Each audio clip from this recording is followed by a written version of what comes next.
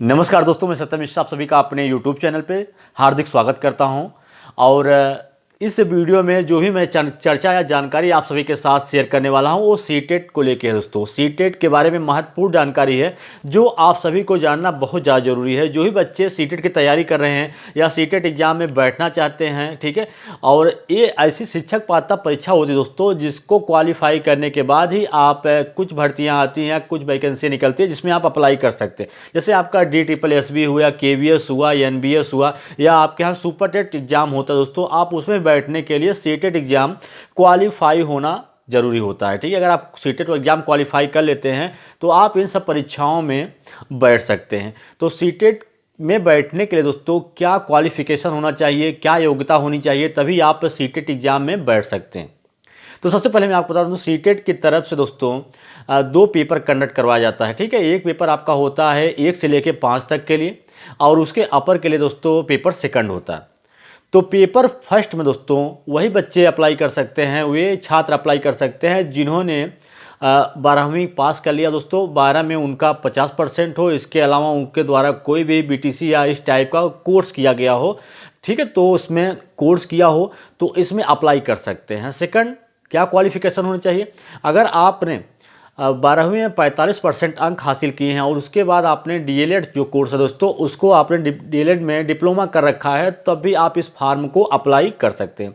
और third qualification क्या है? अगर आपने B.Ed कर रखा है दोस्तों, ठीक है, अगर आपने ग्रेजुएशन किया उसके बाद आपने B.Ed किया है या B.Ed कर रहे हैं दोस्तों, तब भी आप इस फार्म को अप्लाई कर सकते हैं।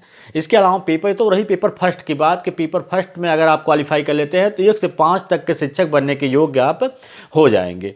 तो और आपका पेपर जो सेकंड है दोस्तों, उसमें अप्लाई करने के लिए आपकी योग्यता क्या होनी चाहिए? उसमें दोस्तों आपका 10+12 तो होना ही चाहिए, 10+2 पास होना चाहिए। इसके अलावा आपका ग्रेजुएशन होना चाहिए, ग्रेजुएशन में आपका 45% दोस्तों या उससे अबव होना चाहिए, तभी आप इस फार्म को अप्लाई कर सकते हैं। उसके अलावा आपका B.Ed होना चाहिए दोस्तों। आपको सेकंड पेपर में अप्लाई करने के लिए B.Ed डिग्री होना अति आवश्यक है, क्योंकि सेकंड पेपर पास बच्चा जो होता है वो जूनियर लेवल के लिए फार्म भरता है। इसके अलावा जो आपका TGT का फार्म होता है उसमें भी आपका सेकंड पेपर ही मांगता है कि अगर आप सेकंड पेपर क्वालिफाई हैं तो आप इस फार्म को अप्लाई कर सकते हैं।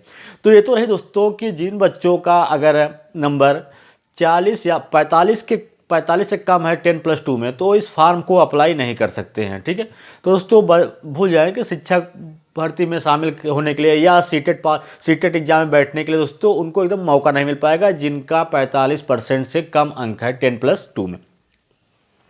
और रही बात बच्चों का, एक सवाल ये है कि क्या सर जो देखिए इस बार से ये हुआ है, पहले ये होता था कि अगर आप किसी भी डिप्लोमा कोर्स कर रहे हैं, जैसे आपका शिक्षक भर्ती से रिलेटेड सिलेक्टेड, जैसे आप DLED कर रहे हैं या BTC कर रहे हैं या आप B.Ed कर रहे हैं, तो पहले होता था कि अगर आप थर्ड सेमेस्टर क्वालिफाई कर लिए हैं, फोर्थ में हैं, तभी आप इस फार्म को अप्लाई कर सकते हैं। अब ऐसा क्या हो गया दोस्तों, आपको बता दें कि अब सीटेट की तरफ से जो नया या CBSE जो इस पेपर को कंडक्ट करवाते हैं उसकी तरफ से जो नया रूल इस साल से लागू हुआ था, इसमें ये हुआ था कि जो बच्चे सिर्फ इन सब डिग्रियों में सिर्फ नाम लिखवा लिए हैं, ठीक है, जिनका सिर्फ एडमिशन हो गया है, वो इस फार्म में या इस परीक्षा में अप्लाई कर सकते हैं, जो सीटेट का एग्ज़ाम है दोस्तों, जिसको CBSE के द्वारा कंडक्ट करवाया जाता है। पहले दोस्तों ये पेपर जो होता था, आपको बता दें कि पहले पेपर ऑफलाइन मोड पे होता था, जब OMR सीट को फिल करना पड़ता था।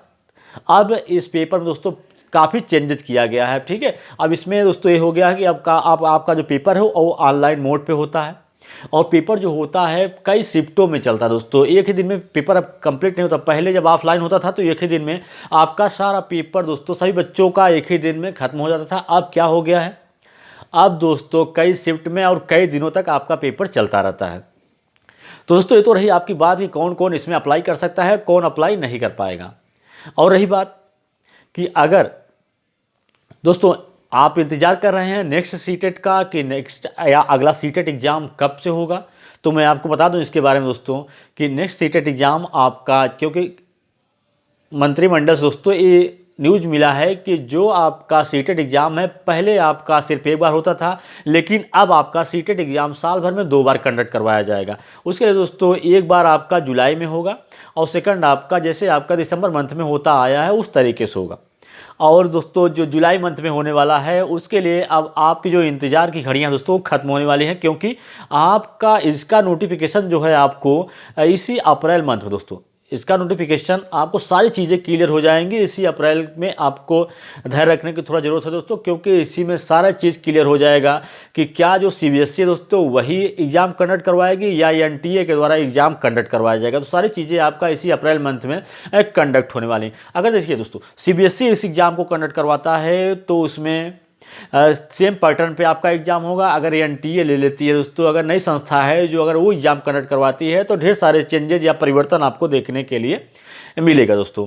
और एक सवाल ये बच्चों का होता है कि क्या सर जो सीटेट एग्जाम होता है इसमें नेगेटिव मार्किंग होता है कि नहीं होता है। तो दोस्तों मैं आज आपको क्लियर कर देना चाहता हूँ कि जो सीटेट एग्जाम होता है या यूपी टेट एग्जाम होता है, जो शिक्षक पात्रता परीक्षा होती है एकदम, इसमें कोई भी नेगेटिव मार्किंग नहीं होता दोस्तों। ठीक है, इसके लिए एकदम बेफिक्र हो जाइए कि इसमें नेगेटिव मार्किंग का कोई भी लोचा या चक्कर नहीं है। तो दोस्तों इसी तरीके से अन्य अपडेट के लिए आप मुझसे जुड़े रहिए। मुझसे जुड़ने के लिए आपको मेरे चैनल को सब्सक्राइब करना पड़ेगा ताकि मेरे द्वारा डाले गए प्रत्येक वीडियो का नोटिफिकेशन या अपडेट आपको मिलता रहे दोस्तों। इसी तरीके से नए अपडेट के साथ मैं फिर मिलूंगा, तब तक के लिए धन्यवाद।